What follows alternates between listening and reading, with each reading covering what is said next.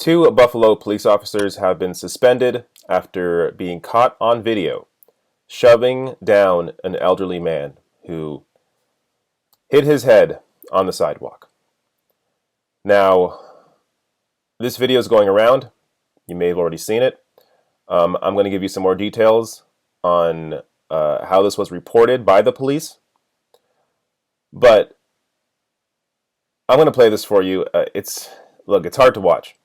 I may even blur out when the camera pans over to this guy because you don't want to see it. And if you do want to see it, the videos are out there. In fact, I posted the full clip on my Facebook page, facebook.com/TRN show, so you can see it there. Share it on Facebook.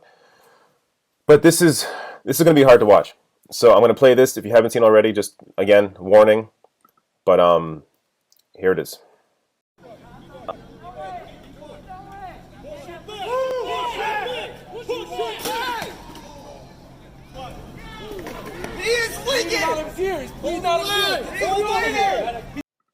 All right. It's hard to know what to say. What threat was that guy? A 75-year-old elderly man on the sidewalk, and they shove him down. And you can almost see the reaction from some of the officers, kind of realizing, should we help him? Like, they all of a sudden realize, oh, isn't our job to help people? This guy's on the floor.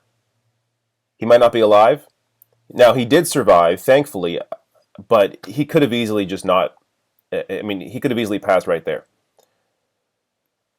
Truly shocking. Truly shocking. I mean, even with everything we've seen and everything I've been sharing, if you follow me on Instagram, on my Instagram story, I've been posting video after video after screenshot of videos of what's been going on around the country, what the cops have been doing. So this doesn't come out of nowhere. This has been going on. There's another video I showed in one of the first compilations that I did showing all these videos where they pushed down another elderly man that with a cane, pushed him down. Now that guy was also okay, but again, like pushing down elderly people on the street, how can you possibly excuse that?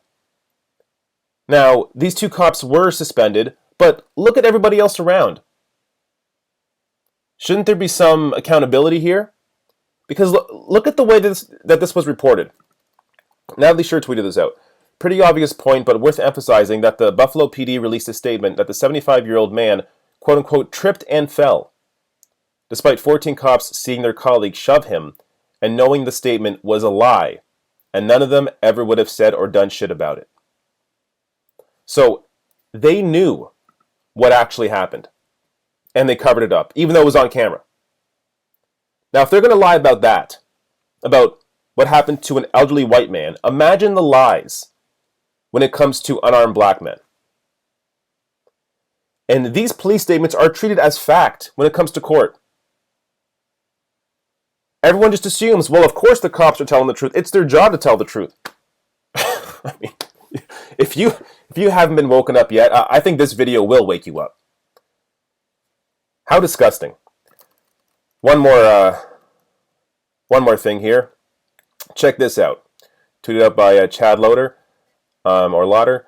He shows two images here. The day before, so here's the day when the man was shoved down. See the officer here that was involved. The man's behind him on the floor. But a day earlier, he was kneeling. He was kneeling in that same spot, pretending to give a shit about this, about criminal justice. This is why you don't kneel with the cops. It's all a show. It's all pretend. What actually needs to happen is they need to be defunded and potentially abolished. And there needs to be a new way of looking at how policing should be done. Because the idea of a one-size-fits-all, that the PD in whatever city should be solving or dealing with everything from solving crimes or robberies to like domestic violence, it's nuts.